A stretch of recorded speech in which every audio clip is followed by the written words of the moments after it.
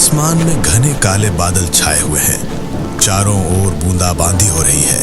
ऐसे ही माहौल में डुमरजोला के कब्रिस्तान का चौकीदार हरुन रात की आखिरी पहरेदारी कर रहा है। सब लोग अच्छे से सो जाओ, जरूरत पड़े तो मुझे बुला लेना।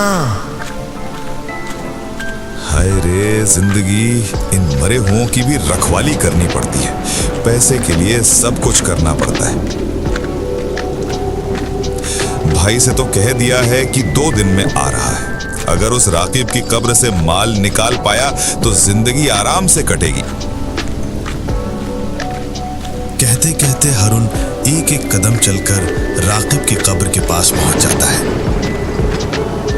कब्र पर बड़ा बड़ा लिखा है, राकिब अख्तर, जन्म 2 मई 1965, मृत्यु 30 अगस्त 2022। अरे, कब्र पर तूफान की वजह से कितने पत्ते गिरे पड़े हैं। ये तो ठीक नहीं है। डुमरजोला के सबसे बड़े अमीर की कब्र गंदी रहे तो अभी साफ कर देता हूं।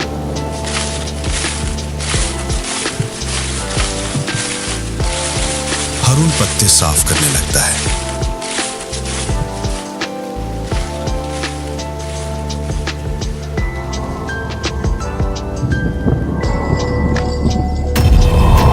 तभी उसे ऐसा लगता है मानो कब्र के अंदर से किसी के सांस लेने की आवाज आ रही। ये क्या हो रहा है? ये कैसे मुमकिन है?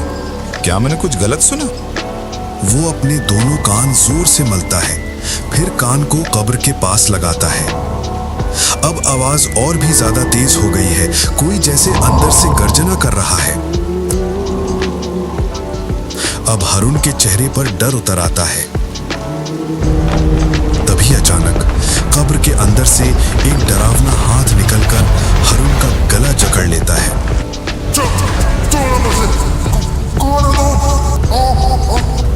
धीरे धीरे हरुन की आंखें बाहर निकलने लगती हैं, शरीर लाल पड़ने लगता है। वो पूरी कोशिश करता है खुद को छुड़ाने की, लेकिन कुछ काम नहीं आता। एक झटके में हरुन को खींचकर कब्र के अंदर ले जाया जाता है। फिर चारों ओर शांति छा जाती है।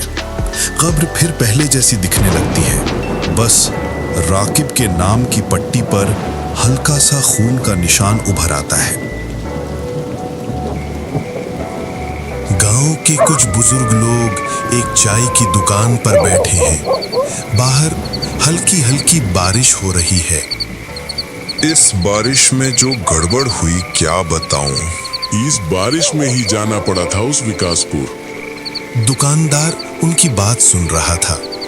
अब रुचि रोक न सका और पूछ बैठा, कुछ सुनने में आया कि कब्र खोदने में कुछ दिक्कत हुई, क्या मामला है? बताएं क्या? आज शाम को अब्दुल चचा का देहांत हो गया, तो उनके घर वाले और हम कुछ लोग मिलकर उन्हें डुमरजोला के कब्रिस्तान में दफनाने ले गए। लेकिन वहां जाकर देखा कि वो चौकीदार हरुन कहीं दिख ही नहीं रहा। क्या कह रहे हैं? वो तो सिर्फ चौकीदार ही नहीं था, बल्कि कब्र खुदाई का काम भी वही करता था। बहुत ढूंढा, लेकिन कहीं भी उसका पता नहीं चला। आखिर में मजबूरी में लाश को लेकर विकासपुर जाना पड़ा, वहीं जाकर दफनाया। अभी कुछ ही देर पहले लौटे हैं। हारून ने बिना कुछ बताए ऐसे कैसे गायब हो गया?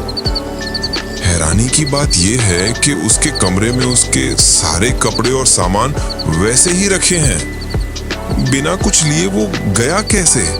इन्हीं बातों के बीच अंधेरे में गांव की कच्ची सड़क से एक आदमी धीरे धीरे चलता हुआ दुकान तक आता है।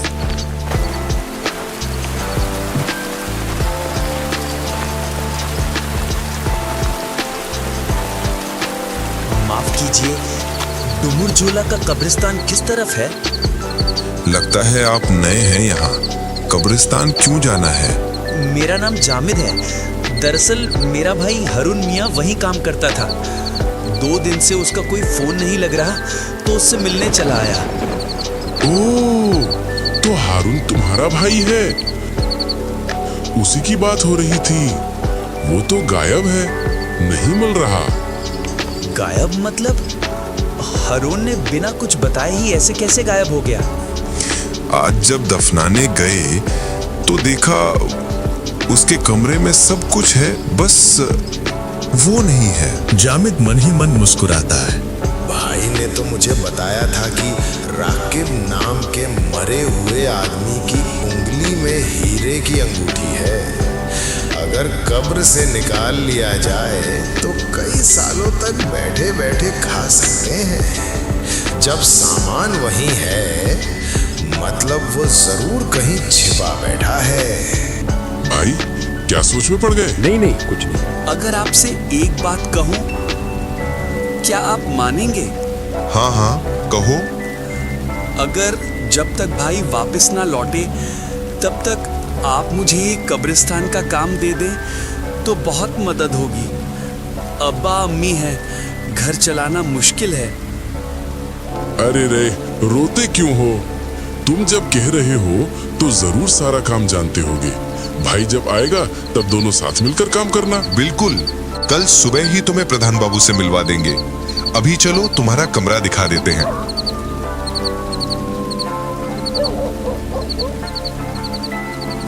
दोनों आदमी जामिद को लेकर कब्रिस्तान की ओर चल पड़ते हैं।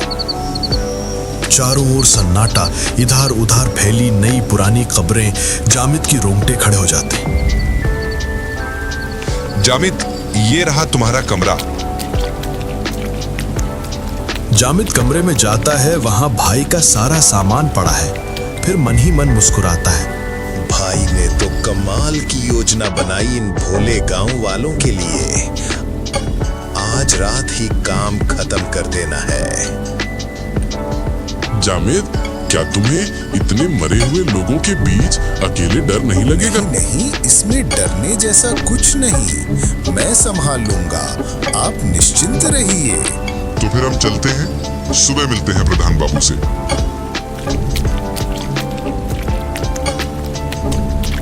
अब कब्रिस्तान में बस जामिद और कब्रों के नीचे दफन लोग हैं।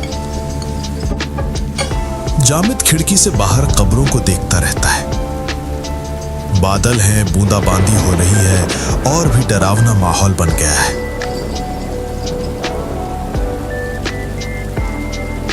भाई यहाँ अकेले अकेले कैसे रह पाता था? काफी देर इंतजार करने के बाद भी भाई नहीं आता।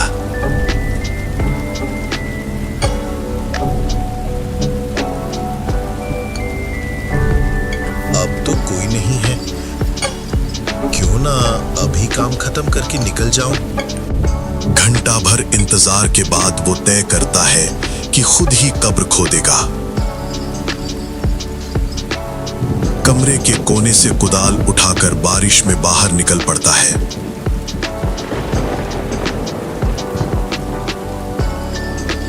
भाई ने कहा था राकिब मियां की उंगली में हीरा है।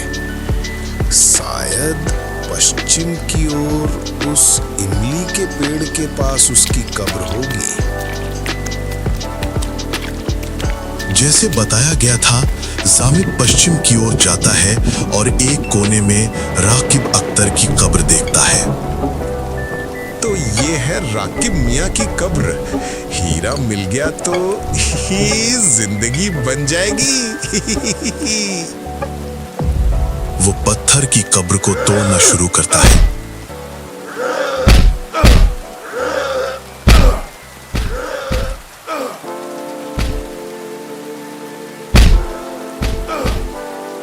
काफी मेहनत के बाद जब कब्र खुद जाती है तो उसे एक सफेद कपड़े में लिपटी लाश दिखती है, जिसमें ताजा खून के निशान भी हैं। जामिद चौंकता है, लेकिन ध्यान बस हीरे पर है। हाँ, कपड़ा हटाते ही अंगूठी दिखेगी। वो कपड़ा हटाता है और लाश को देखकर उसकी रूह कांप उठती है। वो लाश और किसी की नहीं, बल्कि उसी के भाई हरून मियां की है। उसकी हालत डरावनी है। कई जगह से मांस गायब, जीभ आधी बाहर, सिर मुंडा हुआ, शरीर तोड़ दिया गया है। जामिद के हाथ से कुदाल गिर जाती कि उसी कब्र में पास ही एक और गड्ढा है और वहां से आवाज आ रही है।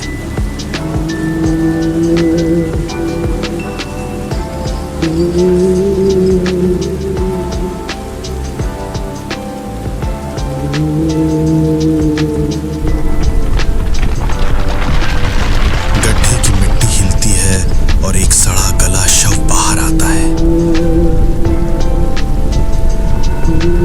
शव की आंखें नहीं है, दो काले गड्ढों से चूहे बाहर आ रहे हैं। मुंह खुला है और उसमें कोई अनजाना कीड़ा रेंग रहा है।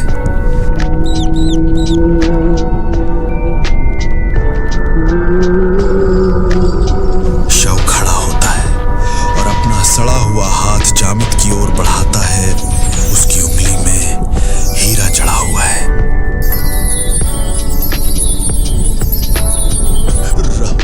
राकीब अख्तर, राकीब अख्तर।